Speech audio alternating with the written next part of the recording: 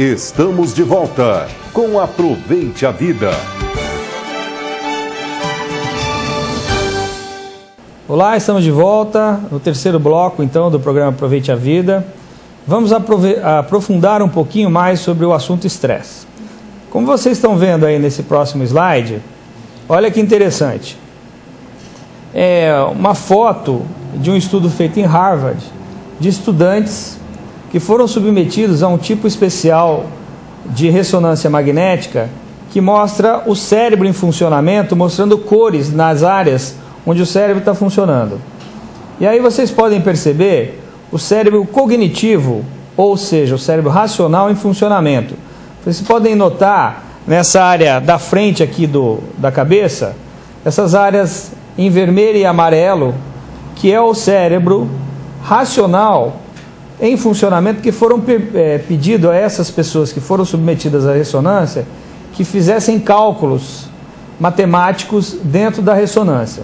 Então mostrou-se que quando a pessoa está raciocinando ou falando, essa área da frente da cabeça, ou chamado córtex pré-frontal, ela está ativada.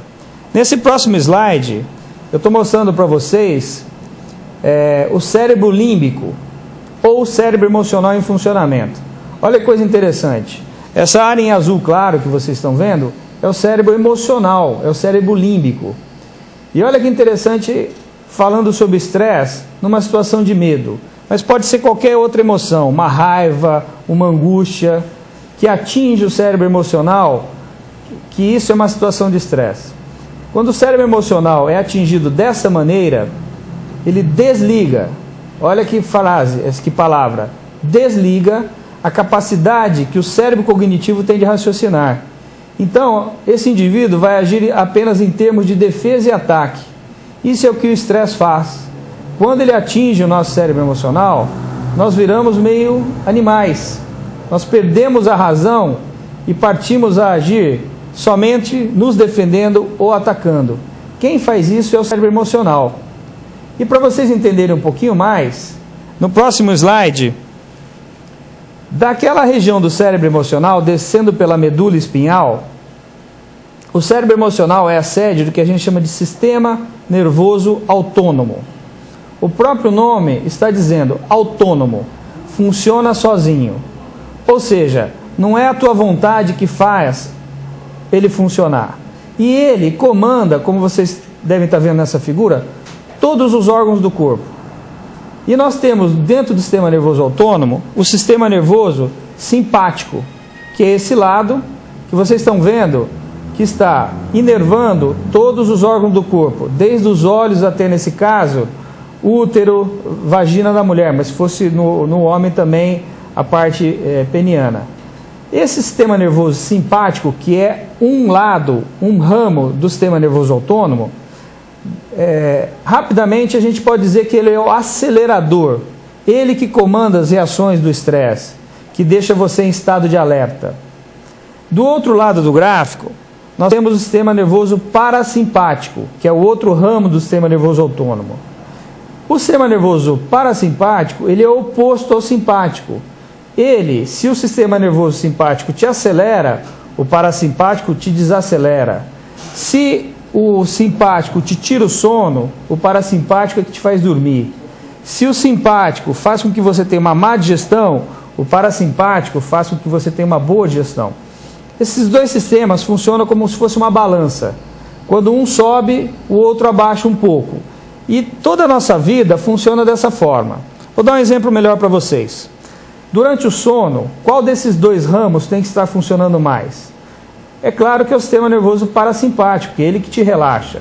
Ele que vai poupar a tua energia e fazer com que todo o desgaste e todo o processo de desgaste do corpo durante o dia seja regenerado durante a noite.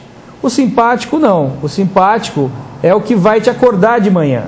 Então, quando você acorda de manhã, aumenta a atividade do simpático e o parasimpático abaixa. Chega na hora do almoço, o que tem que acontecer? Qual sistema, o ramo, que faz com que você tenha uma boa digestão? Que libere ácido clorídrico no estômago, que libere enzimas digestivas? É o parasimpático. Então o parasimpático durante a hora do almoço é o preponderante. Se você almoçar nervoso, ansioso, assistindo televisão, você não relaxa. Consequentemente, você não libera bem as enzimas digestivas de ácido clorídrico, você tem uma má digestão e não absorve muito bem os nutrientes do alimento que você comeu. Você pode ter comido o melhor alimento e não está absorvendo tudo que você come. Por quê? Porque você almoçou nervoso, ansioso, com o simpático que deveria estar mais para baixo e ele está elevado. Depois que você acaba o almoço, você pode ver que você tem aquela moleza. Isso é natural, porque o parasimpático é que faz a boa digestão. E é necessário que a gente tenha um relaxamento para que a gente consiga, dentro dessa digestão, absorver bem os nutrientes para ter uma nutrição celular. Depois que ocorre essa digestão, nós voltamos a trabalhar e novamente o simpático sobe e o parasimpático desce um pouquinho. Chega no final do dia, lá pelas 6 horas da tarde, com o abaixar da luz do sol, quando o sol começa a ficar mais fraco, nós começamos a ter novamente uma inversão. O simpático começa a baixar e o parasimpático começa a subir, para você começar a se preparar para dormir.